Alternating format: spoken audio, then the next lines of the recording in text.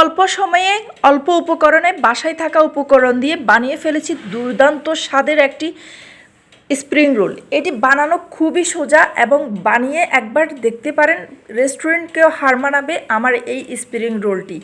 এটি খুবই সফট, ভিতরে সফট, উপরে ক্রাঞ্চি আর ক্রিস্পি হয়েছে, খেতে দুর্দান্ত মজা।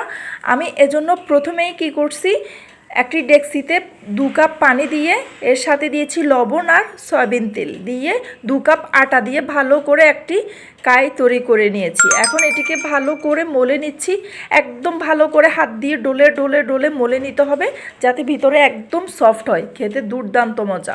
এজন্য প্রথমে এবার ছোট ছোট করে বল আকারে নিয়েছি, এগুলোকে রুটির মতো করে বেলে নিচ্ছি।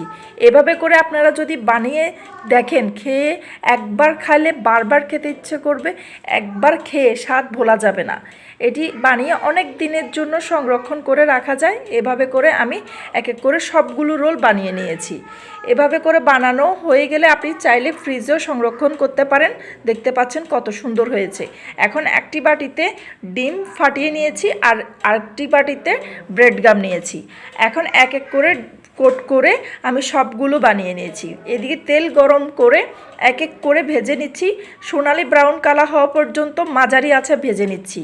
ভাজা হয়ে গেলে ভাজা হয়ে গেলে এগুলো তুলে নিলে ভিতরে একদম সফট হয়, খেতে দুর্দান্ত স্বাদ হয়। দেখতেই পাচ্ছেন মাশাআল্লাহ কতটা সুন্দর হয়েছে, একদম ভাঙবে না, মুচমুচে হয়েছে, খেতে দুর্দান্ত স্বাদ।